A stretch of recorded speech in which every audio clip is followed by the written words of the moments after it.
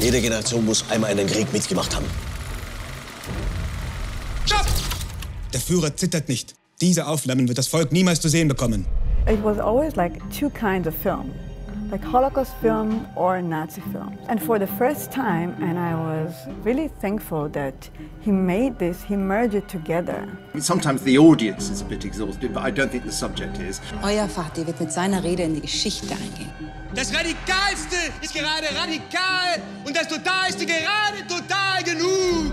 We're seeing that the tenets of Hitler's appeal is returning in the world. It's important that we take Hitler seriously and we depict Hitler, particularly also as part of society has already got Hitler back into the limelight. Ich habe den Entschluss gefasst, Russland anzugreifen. Lebensraum im Osten und Vernichtung der Juden, das waren immer meine Ziele. I was fascinated by the film, and I think it's one of the most important films of our time. And I really hope that it will really be the milestone for more production like this. Wir werden mit ihm in die Geschichte eingehen.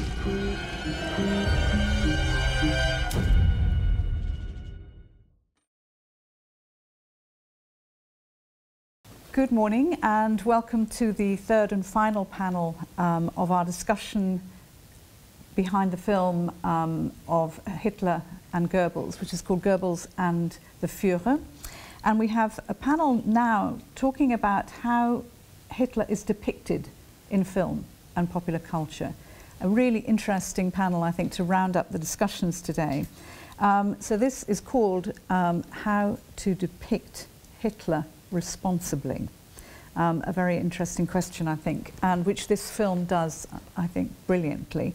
And next to me I have Yael Ben Moshe. Yael, welcome to you, and Thomas Weber, who you've already met in the previous panels. And also on Zoom we have Martin Davidson, who I'm particularly pleased to welcome for, I would like to say a former BBC colleague, but we never did actually meet at the BBC. But you were there up in the great echelons of BBC commissioning power. It's wonderful to have you on this panel, Martin. Briefly, I'll give you a little bit of an introduction to each of the panelists. Yael is the author of several articles and a book on cinematic representation and the formation of collective memory. She's a researcher and lecturer on terrorism and communication at the European Forum at the Hebrew University in Jerusalem. She's worked widely in German academia, including on the very important topic of the appropriation of historical footage and photos from the Nazi era. A very unusual person, an academic focusing on Hitler and coming from Israel. And I look forward to hearing more about that. She's the author of a book called Hitler konstruieren, Constructing Hitler. Martin Davidson is one of Britain's leading television producers, specialising in history and arts programmes. For many years he was BBC commissioning editor for history and business programming. He's made several films on the Nazi period, on Albert Speer, on Leni Riefenstahl and several others. He's also the author of a number of books, including The Perfect Nazi, Uncovering My SS Grandfather's Secret Past. And he's talking there about his own grandfather. So he's confronted his own past in this book. And we'll talk to Martin about that as well. And also how Hitler seduced a generation and mobilising hate, the story of Hitler's final solution. Thomas Weber you know of already, if you've been listening to the previous panels. I don't want to bore him by reintroducing him, but he is Professor of History and International Affairs and one of the co-organisers of these panels today. Now, just to remind you about the film, Goebbels and the Führer, covers this period from 1938 to 1945, so the rise and fall of both the Führer Adolf Hitler and his Minister of Propaganda, Joseph Goebbels, from the Anschluss to the suicides in the bunker. We see both at the height of power. We see the mass rallies, we see the speeches, we hear the speeches, the creation of anti-Semitic films, Jud Süß and Der ewige Jude, preparing the German people for war and for the mass murder of the Jews. So I want to ask all of you the same question to begin with, and starting with Yael. In the light of this new film, how should and do we depict Hitler, and how successful do you think this film specifically has been, and why? Well, first of all, thank you for having me here. I'm really excited, and it's the first time that I'm going anywhere after October 7th. And I just want to say that I think that we are in a situation where things are being really serious. You know, after October 7th, people ask me, why aren't you coming with your son to Germany, to Sweden, where I have also family? And I told them, I'm afraid that my son will speak with me Hebrew, and I'm not feeling safe enough to speak, that he will speak with me Hebrew in the streets of Europe. And so as much as I want to disconnect myself from my work, from and from my research, it's just always there. And so this is one thing, and I thought that it would be great to come here. And after watching the film, I thought this is a real milestone in the depiction of Hitler. And there's a lot of elements that I can discuss, and we can discuss the film for a few hours. But after watching, I don't know, maybe 200-300 films about Hitler, I can say there are things that Joachim did in the film that were made for the first time, and I would say what for me is crucial. And first of all, he broke the visual separation of Hitler and historical footage from the Holocaust. In German films, or in also other films, not only German films, Hitler is represented as the Führer, and the story behind it is World War II. Now, there is the other genre of film, which is the Holocaust film. And in the Holocaust film, you won't see Hitler.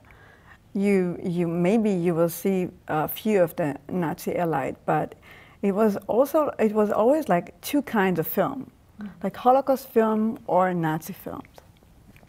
And for the first time, and I was really thankful that he made this, he merged it together.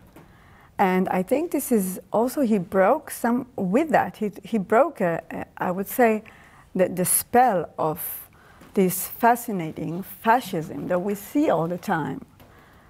And when you were talking about what makes the Nazi past so, I don't know, different, if at all, but there is something in the aesthetic of National Socialism that is fascinating more than any other dictatorship in the past and nowadays. And I think this is, it was something that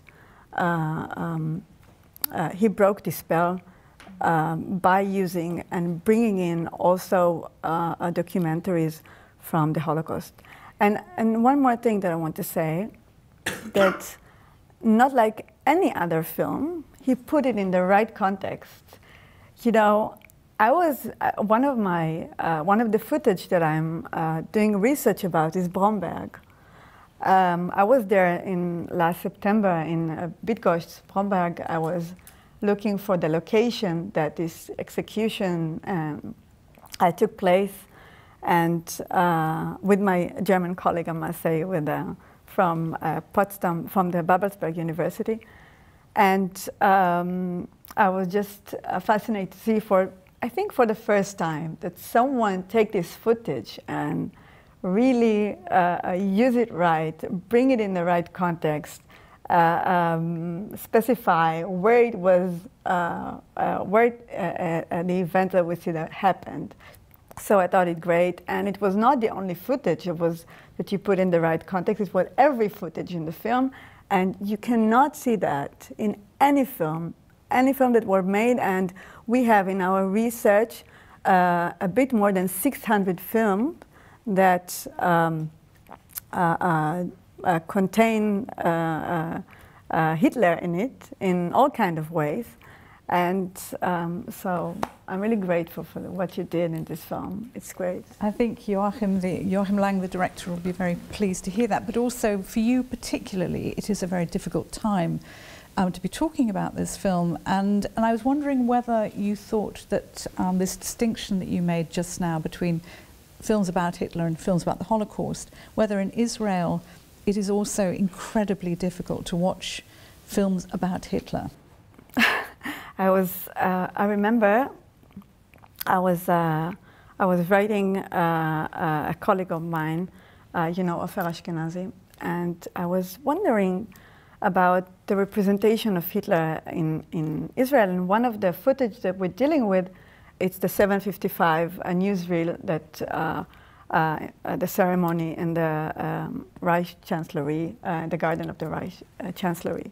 This is going back to the film you're talking about. Yes, and the footage that the film starts with this with the ceremony, and by the way, all film until now they dated the event as April 20, and it was actually in March 20 as it did. And funny thing is that I found very easily, and this is not a research that no one could do before, but in one of the Israeli newspaper, it was not Israel back then, it was the Yeshuv, so to say, in Davar, they reported on this ceremony on March.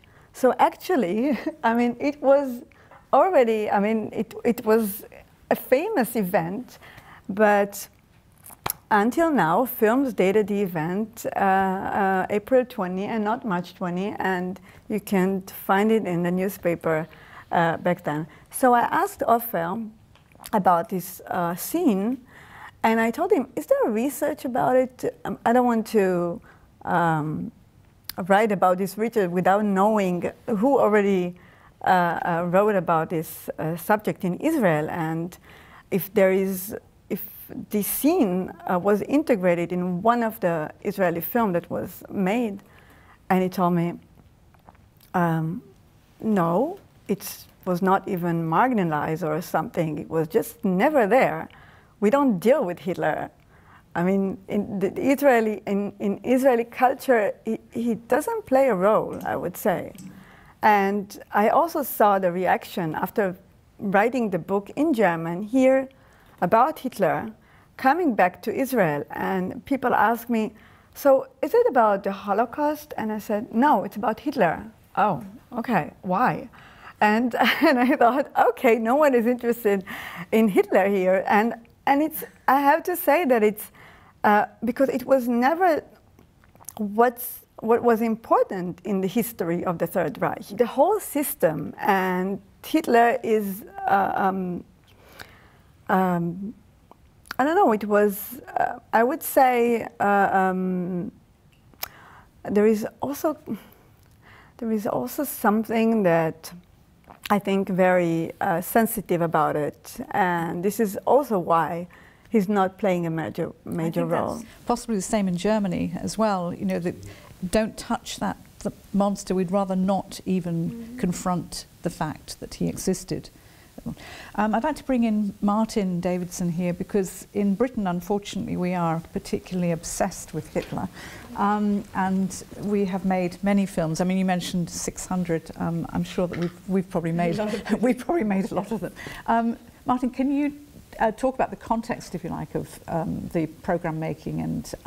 Yeah, well, I think the first thing to underline is that dealing with Hitler, the Third Reich, and the Holocaust, and I would slightly push back against the idea that those exist in separate buckets. I think they very rarely do anymore.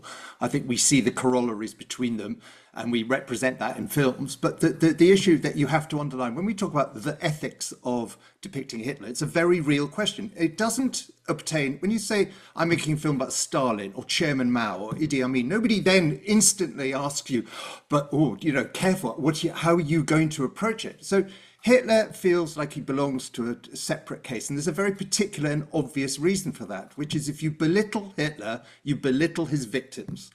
And there is, in a sense, a duty of care towards the 15 million civilian casualties of World War II, including absolutely not least 6 million Jews and other targeted groups who represent a kind of victimhood that's different in kind, not just degree. They do exist as an example of the absolute worst that humanity is capable of. And it's not just a numbers game. We know that Stalin killed more. We know that Mao killed more. It's not a numbers game. It's a question of degree. Now, what that then to me, so you then ask, okay, well, what does it mean to get it wrong? I mean, that's what we want to know. What does it mean to get it wrong? What are we so scared of getting wrong? Why do we take such care when we enter into this field to make a film, to write a book, to do a drama? You know, the reason that Thomas and the amount of care I know that will have gone into their film will have been enormous, and it will have been framed by the absolute commitment to not getting it wrong. And why does that matter? Well, obviously, it's not good to get historical truth wrong, but this goes way beyond that. And I think I would make a further distinction between what it's like, and I straddle both worlds, as you talked about, both in television. I've produced television in Germany. I've also produced television in Britain for what I would call the Anglophone world, America, Britain, Australia. And it's got to do with the difference is when we make a film or a program about Hitler in Britain and America, our danger is complacency and a slight delivering a frisson. That's what we're serving up. Use that brilliant phrase, that Susan Sontag phrase, fascinating fascism. We get off on it. And why do we get off on it? Because we're completely immune to it. Not us at all. The German worry is when I first, I worked on a series produced out of a production company in Hamburg that went on to ZDF called The Abyss, the 10-part series. It's brilliant. Thomas was a key contributor to it.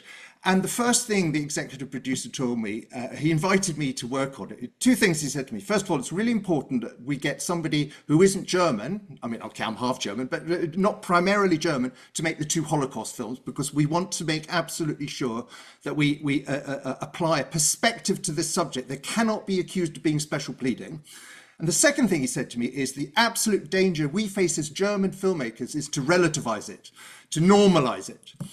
And I think there's a really interesting, the last thing I'd say on this is it leaves me with a very interesting question. I think, and this absolutely dovetails with the political discussion you've just had in the previous two panels. This is not just an aesthetic question, although, yes, there's a huge aesthetic component to it. But it is in Germany, the temptation to relativize. It's not just us. Yes, we did it, but other people could do it too. And the Anglosphere temptation to go, it couldn't have been us. It was the best thing we ever did was we crushed it. And it has nothing to do with us. Hitler is not us. And that dialogue is very, very difficult to nuance, where you want to say to the Germans, look, I'm afraid you can't, there is a limit to the extent to which you can relativize it. And the Germans tried in the late 40s. It wasn't us, it was the Nazis only. Later on, it was that generation, not us. And in the Anglo world of Britain and America, there is that sense. It's we had 50 years of being able to have that complacency, nothing to do with us. We would never have done it. And it's got problematic recently. You know, you're talking about echoes of 1933 today. And we know what that means. Does it mean that we're going to have Hitler again? No, but it does mean that some of the basic tenets of Hitler's appeal in 1933 are once again, because the opposite, everything that Hitler said the opposite of his key tenets are liberal pieties. You know, he would say the weak must be exterminated. We'd say the exact opposite. The liberal piety is that all humans are equal, all races are equal, all nations are equal. Might is right is wrong. And some of those, as we've noted in the previous talk, those questions, people are beginning to rise up and unsettle those liberal pieties. They're just pieties is all they are. They're elitist hypocrisy. And suddenly those bits of rhetoric are coming back. So all of this is really important. Is how do we in the West, who for 70 years were allowed to parade ourselves as the unambiguous agents of human good by destroying Hitler, and how do Germans, who had 70 years of thinking we are uniquely tainted as the only, you know, we've done the worst imaginable, or rather our parents and grandparents have, and there's a very, very interesting dialogue. So I would sum up by saying the ethics of depicting Hitler are aesthetic, but they are also increasingly political, and they didn't used to be. Thank you very much. I won't sort of come to you just because you're German, but you are the German on the panel in this particular case, although Martin does admit to being, is half German, and I want to talk to Martin about that later as well. By humanising Hitler, as this film now famously does, and Goebbels, of course, what's the risk of doing that for Germans? And is that partly the problem, that as soon as you make this monster human, he could be one of us? I think the problem is that people think it's a problem, because it isn't a problem, because the whole point is that Hitler was a human, and that you have to humanize Hitler in order to understand Hitler. Once you actually, for maybe ethically or politically ethically totally understandable reason, you resist the humanization of Hitler. In a way, it also becomes very comfortable, but you're creating a person who never existed. Hitler was a human, so you have to humanize Hitler. And again, I can perfectly understand why in my country, or in the country I grew up, there has been such a resistance to dealing with Hitler for all the ethical reasons that Martin has just laid out, for political reasons.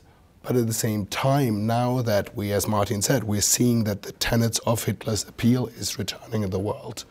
We're seeing generally a repeat of demagoguery and disinformation.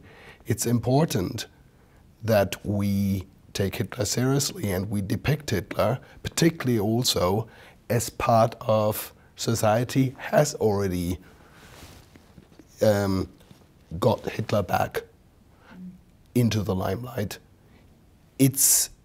We may somehow think that we've still all kept Hitler out of the picture, but as I've mentioned in the previous session, for instance in social media, Hitler has already been normalized for teenagers.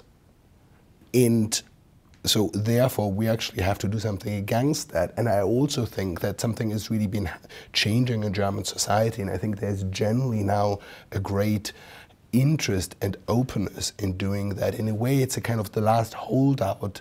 And again, I don't want to criticize in terms of looking down on people who have been in education, in film funding, in government positions, and so on.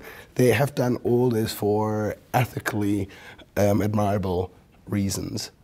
But I think things have changed. One example that there is now a huge interest to engage and to really understand Hitler in German society is a museum right in Berlin. At the heart of Berlin, there is now has been an exhibition on Hitler. How could he happen? Since 2017, it's a museum done in a Second World War bunker, an entirely private initiative, and without any public funding. And yet they have had since 2017. They've had more than 2 million visitors. It's now amongst the top 10 museums in Berlin because there is such a hunger. And I think the point I'm trying to make here is, and I think this is also something that appeals to Joachim's film, things have to come at the moment out of German civil society, because institutionalized Germany, for all kinds of understandable reasons, is still reluctant to it. So the change has to come from within civil society, and it is coming. And the museum in the bunker is an example of that, and I think Joachim's film is an example of that. I think what's interesting to look at, probably more closely as well, is that, you know, you're making a film today in 2024 where there'll be a whole generation of young people who don't know about the Holocaust, don't know about Hitler, or just think he's some satirical meme or something. And that's one of the dangers. But here, you're making a film, for instance, 20 years ago, 2004, when the first German films came out about Hitler, Downfall, Bruno Ganz playing Hitler. I actually had the great privilege of interviewing Bruno Ganz about playing that role as well, and he always said it changed his life. He couldn't ever get rid of Hitler after he'd played Hitler. And I wonder what's happened in the meantime. You know, the collective memory that I know that you write about. What's changed? You know, why is it still so difficult to make these films? Have people just forgotten? You know, there are still the books being written. You spoke about 600 films. There are over, I think, 800 books about Hitler. I don't know how many. Don't quote me. Maybe Martin knows. I don't know whether anybody's ever counted. But it's what are the difficulties today? Well, I think that I think the difficulty today. No, but I think the difficulty today, when I'm thinking about it, is that we live in a very violent societies.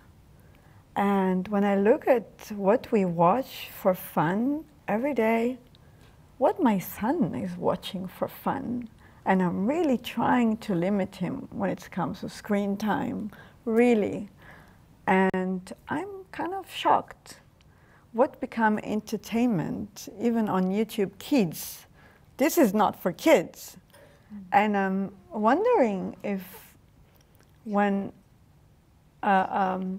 young people, teenage, watch the Holocaust, and what was then for me shocking doesn't raise any empathy, doesn't shock them. You see much worse Syria on Netflix than the historical footage from the camps. You actually look at historical footage for a job. So yeah, I look at the raw material, so to say, as I'm not censored anything. We are taking from the Bundesarchiv or from other archives or from Yad Vashem and so on. But I realize that it's not. Something changed, and when you see Syria, like the man on the high castle, and when you see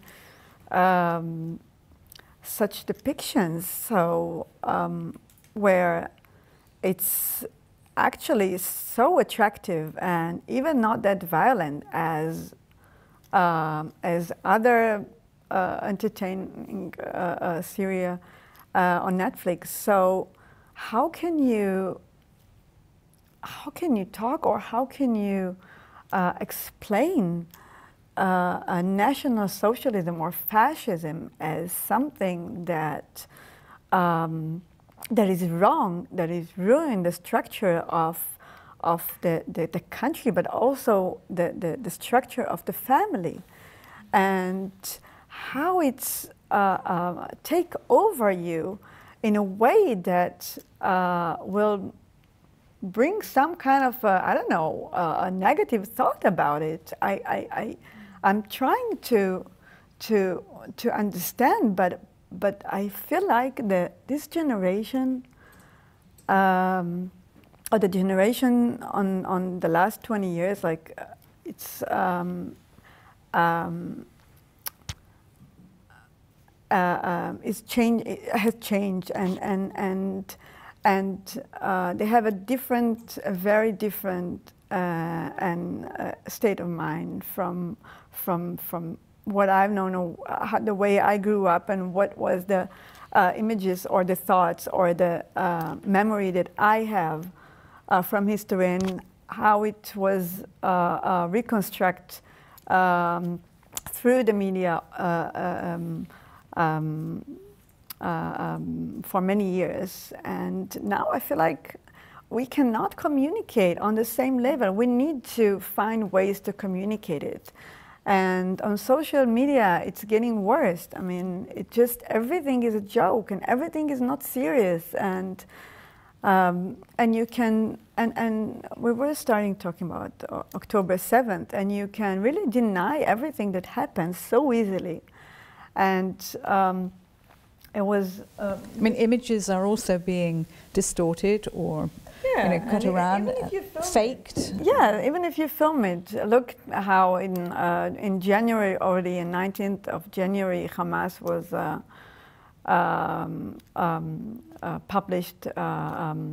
I don't want to get into too much detail about. But I mean, but it was used to deny the crimes that were committed on October 7th, and it was then on social media was becomes reproduced and repeated. Yes, so how can you really communicate the past, or to work with young people to teach them to try to I don't know, to make sense of what we learned from the past to people that have a very different state of mind.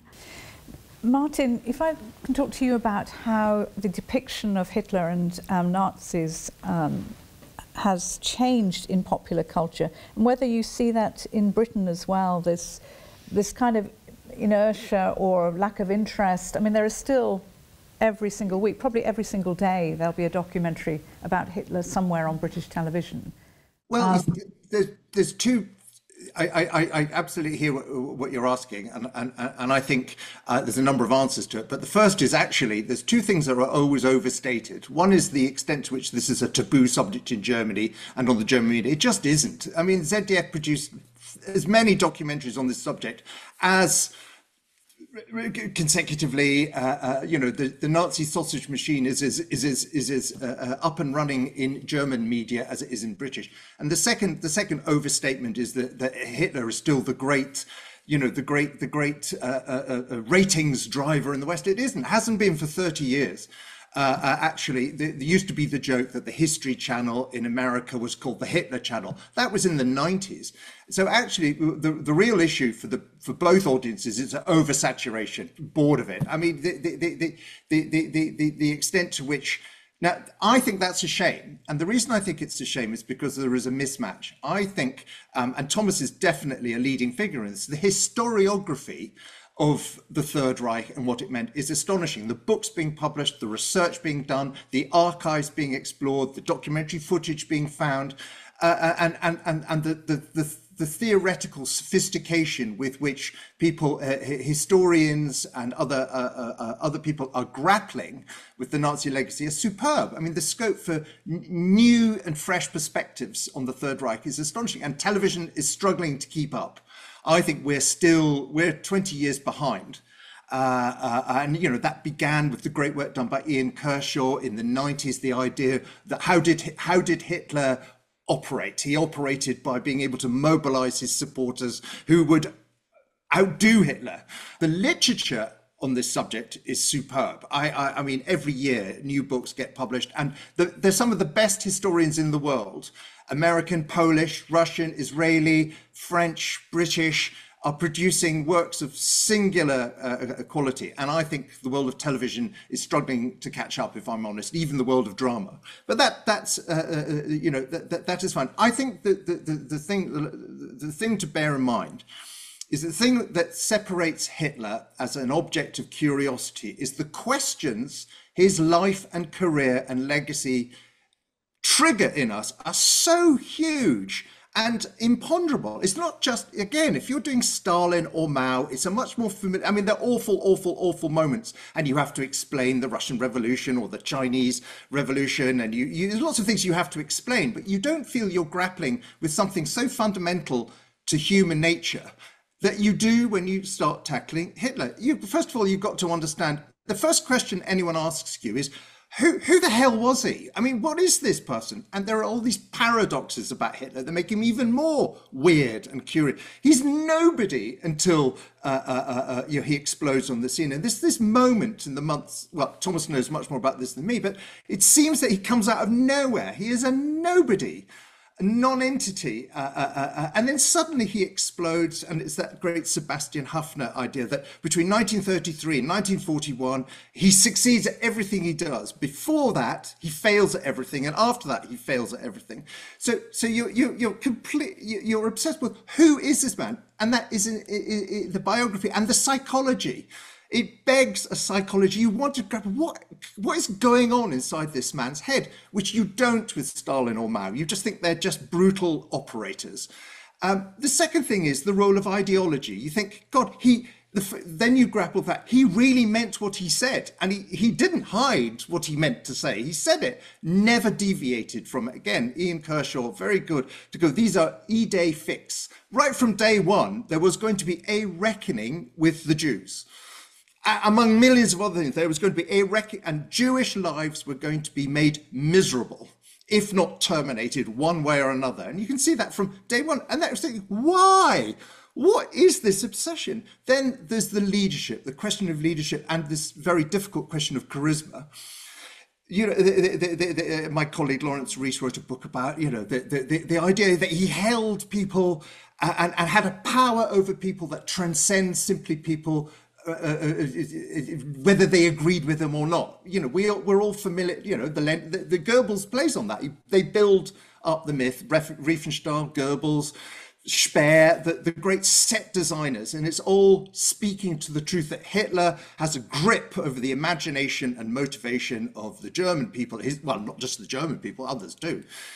So that, you just want to know, because that itself is so utterly fascinating, and also it's mind-boggling, because nobody would worry if you were to put a Hitler speech, a bit of Hitler archive in front of a group of British 14-year-olds. Nobody is going to worry, oh God, well, that's a bit dangerous. You don't want to dangle, this is forbidden fruit. I mean, Hitler, you know, because he's laughable, it's risible. You look at these ranting speeches, you think, how could anyone have been persuaded about it? And he's such an unimpressive man, you know, pudgy skin and weird greasy hair, and you think, as a lot of people did in the 30s. They thought, what is happening with this man?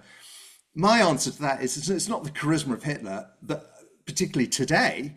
Nobody thinks Hitler is charismatic today, but they do think his ideas are. And because and then lastly, the other two things that are absolutely fascinating, and you want to unpack them, is the nature of the machinery he built around him. You know, not only his graphic design, the red, white and black of the swastika. I mean, has anyone ever created a more powerful political symbol? But the organizations, the Goebbels, the brilliant myth building that you know, we saw exhibited, explored so brilliantly in the film.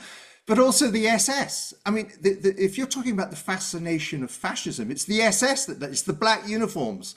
If people want a frisson from Nazi porn, it's the SS they go to, not Hitler. And then the whole question of perpetrators, those concentric circles expanding out from the inner circle of Hitler and his immediate henchmen, out to include the whole of the German population with varying degrees of collusion, and then obviously neighboring countries too, a lot of satellite countries. So all of these issues, and I think it behoves anyone who writes a book or makes a documentary that tries to get a handle on the Third Reich and everything it meant, absolutely including the Holocaust, because the Holocaust is the defining moment. Everything in my view emerges from that. No question about the Third Reich matters, except one that grapples with how did it lead to that. You have to balance all those different elements. And I think the change in the 50 or 60 years is we started off with the psychology. It was Hitler was just this sadistic, pathological, or it came from nowhere, seduced the whole of Germany, and his evil plan was finally stopped by the heroic intervention of the West. And what we've done, thanks to our historians, is we've added these different elements. We then go, okay, but what's the role of his ideas? Where do they come from? And the uncomfortable truth is a lot of his ideas are very commonly held across Western rational liberal Europe in the first 30 years of the 20th century. You know, euthanasia, sterilization, eugenics, empire, racial pyramids. You know, Hitler doesn't invent those. He does something very different with them. Then you talk about charisma and leadership and what it is to have the power of personality, to mobilize an entire nation. I mean, and right to the bitter end. Then the whole question about the machinery of, how did he create it? How did the set building, the myth building, the terror, the fact that the two principal institutions of the Third Reich are the concentration camp and the sanatorium gas chamber clinic. And they get invented separately, and then in the Holocaust they join. They become one and the same. You know, how, and you know, to have the sort of diabolical imagination to create the SS. How do you know how to glamorize your own, you know, unspeakable ambitions? And then the whole question of perpetrators, you know, who are, because he didn't do it on his own. There are 80 million, 70 million Germans, and as I say, other satellite states who all have a role in this. So I think any document, you know, the series I worked with produced by a man called Thomas Schubauer at a production company in Hamburg. He did all of that. I mean, you could tell there's a whole generation of German, international historians, but especially German historians, who get all of that. No picture of Hitler is complete, doesn't pay attention, because they're all fascinating. And I think that's where we are now, and I think that's why we're free to play with Hitler a bit more. So you've got you know, Germany was the great success of turning Hitler on his head, you know, making him a caricature, and ist wieder da. Oh, look who's back!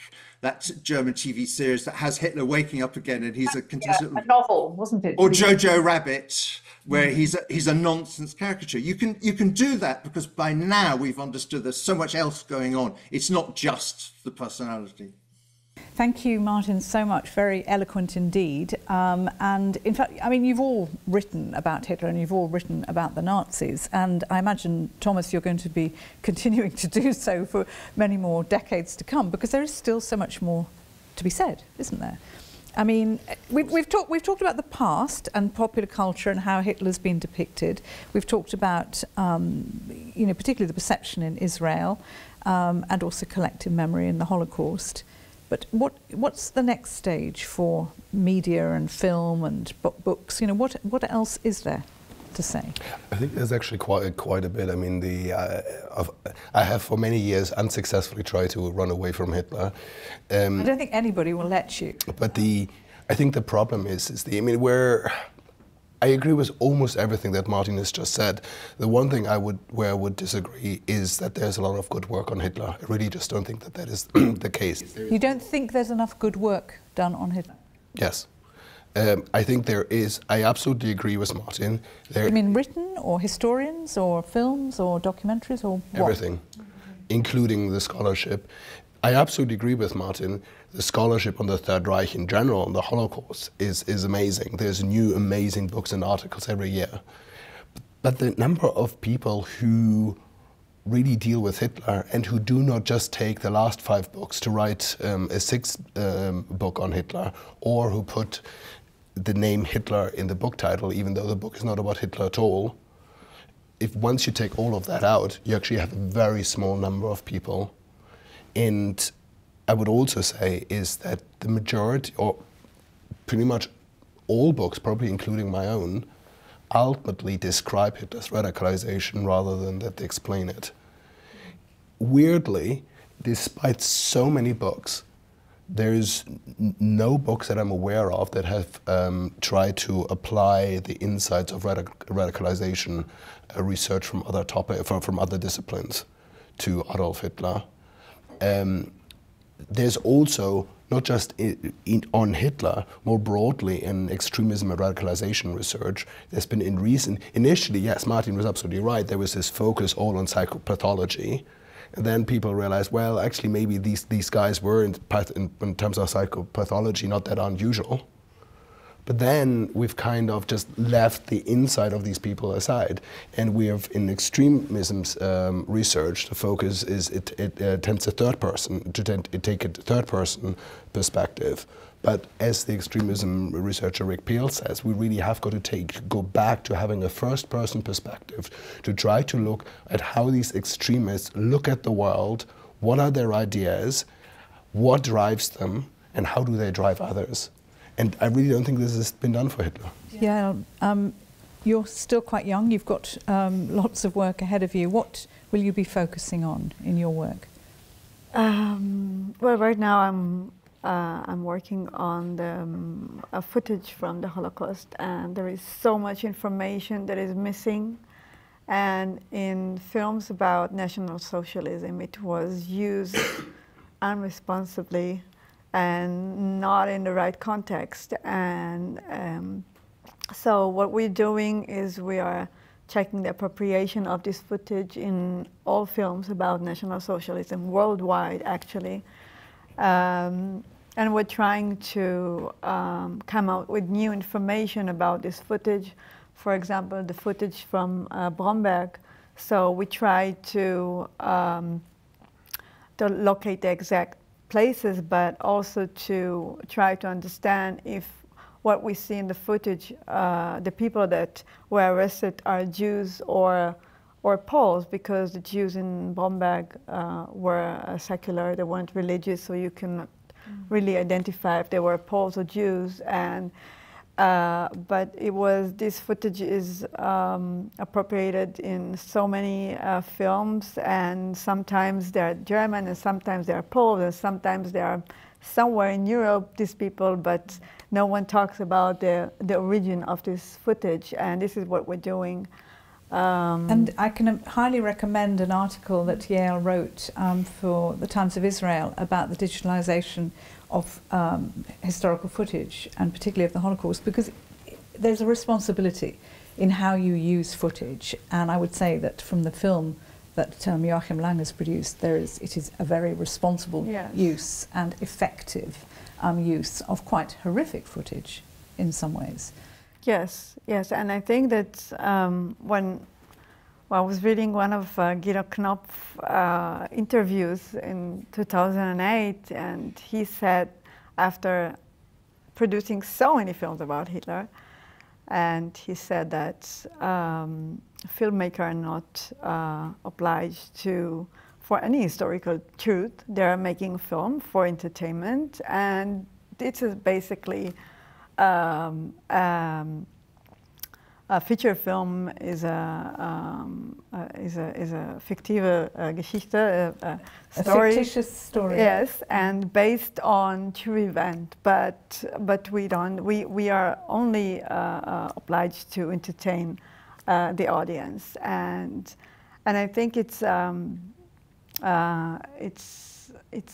something that has to be changed, and I think we have enough new material, and I think we are also living in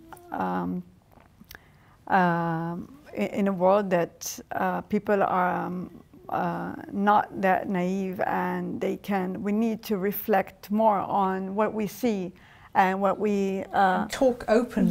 Yes, and talk openly. And I think that this is what can really make a change. But and we really need to break this perception of the meaning of film, and how really I was fascinated by the film, and I think it's one of the most important film of our time, and I really hope that it will really be the milestone for more production like this. So that's absolutely here. But Martin, I'd like to leave the final word to you, if I may, because I did mention earlier that you had explored your own family history very bravely, because you wrote about your grandfather, and you discovered belatedly that he was an SS officer. Without going into that story, because people can read your book, which was among the first books where you know, these kinds of, my father was a Nazi, or my, you know, there have been several books and films like that. But what would you say, you know, this current crop of books and films can do, and what should we be doing? Will you be making more films or writing more books about Hitler and the Nazis? If I don't, it's not because I think the subject is exhausted. I mean, sometimes the audience is a bit exhausted, but I don't think the subject is. I mean, for me, writing that book about my SS grandfather was an absolute voyage of discovery, a revelatory thing, because it, to me, the great question was, and Thomas and I have talked about this a lot, but it seemed to me that there was a lot of literature about the premier division of Nazi monsters, the Hitlers, the Goebbels, the Goerings, the Himmlers, and there were a number of books about what the wider German population did or did not know at any particular moments. But I became very interested, courtesy of my grandfather's career, the middle management, the enablers, the people without whom this whole movement, this whole politics of Hitler would have spluttered, and it would have been just not a Munich beer hole ranting, and it would have petered out. And they were the torchbearers. And what was extraordinary about my grandfather, born in 1906, but he joins the Nazi Party in 1926 at the age of 18, and joins the SA, the Sturmabteilung, the Brown Shirts, the same day. And then in 1937, he joins the SS, the Sicherheitsdienst, no less, becomes a friend of Eichmann's. He's then caught by the Russians with his whole family in Prague at the end of the war, escapes being killed by the skin of his teeth, and then lives a very happy, bumptious, unapologetic post-war Berlin life, having returned after 5 years living under an assumed name, realizes in 1949 that the British in particular have no more interest in finding out Nazi war criminals, reverts to his family name and goes straight back from Hamburg to Berlin, the very part of Berlin in Charlottenburg, where he had been a stormtrooper in the 30s. And he lived the rest... Where we are now. We're in Charlottenburg now. What I would say is what I did with him was I used a meal. You swallow a barium and the X-ray follows it all around your body as a way of diagnosing how your body works.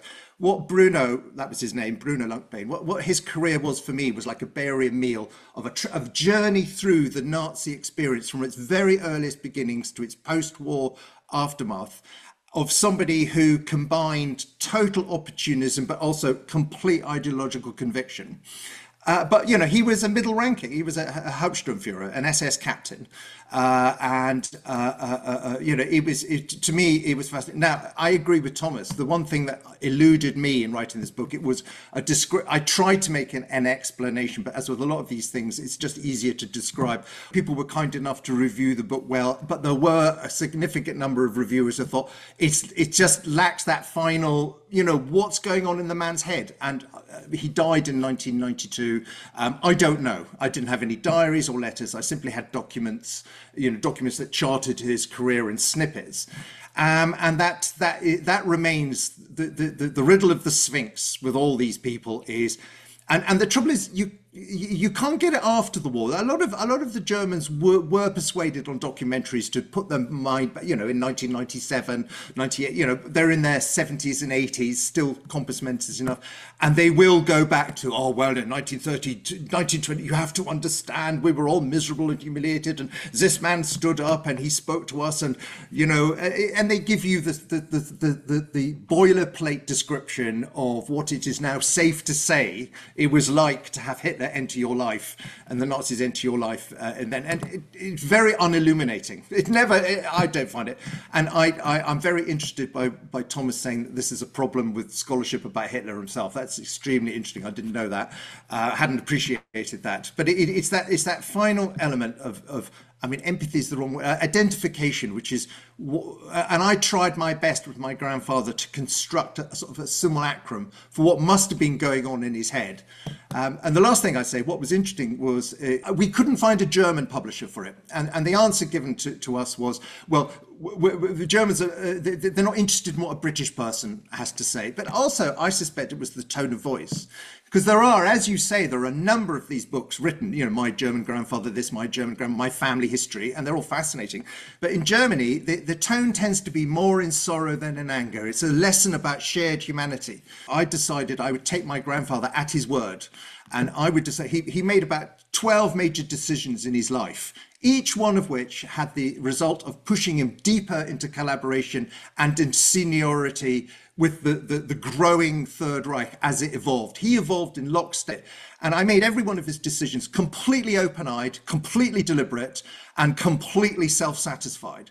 And that tone of voice, it struggles to find that is a difficult tone of voice for a German readership, who still, I think, are invested in the idea that this was all slightly bigger. This was a story that was bigger than any of the individual participants, and it's a tragic story in the end. And I didn't think it was a tragedy. I thought it was an indictment. And my motivation for writing the book was, Bruno, my grandfather, you're not going to your grave having had the last word.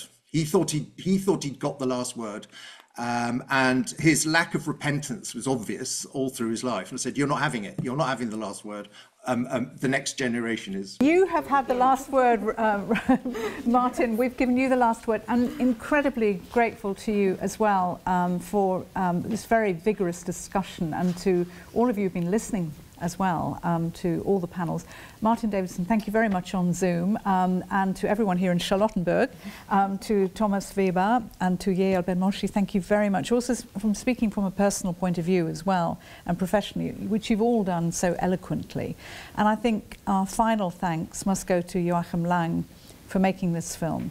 It is a film of great genius and originality, and we wish it very well indeed. So thank you everyone for listening. Thank you.